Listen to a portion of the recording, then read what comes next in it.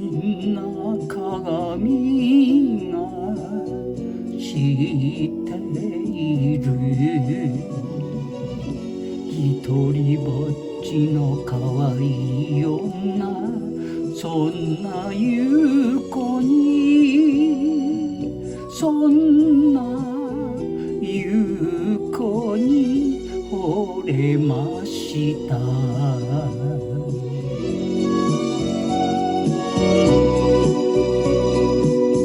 小さな一間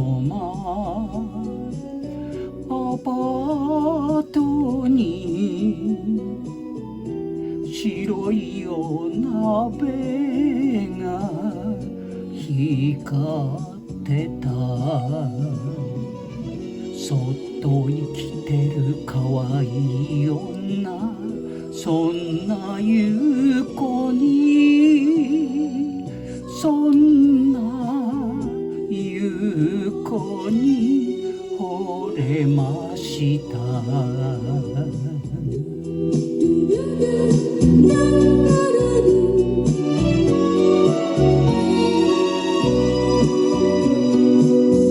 グラスを持つ手震わせて、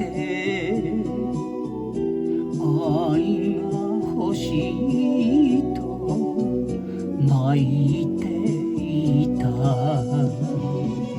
ナイトクラブの可愛い女、そんな夕子に、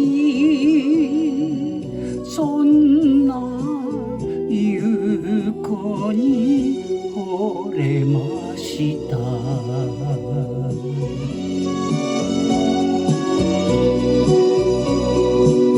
キャベツを刻む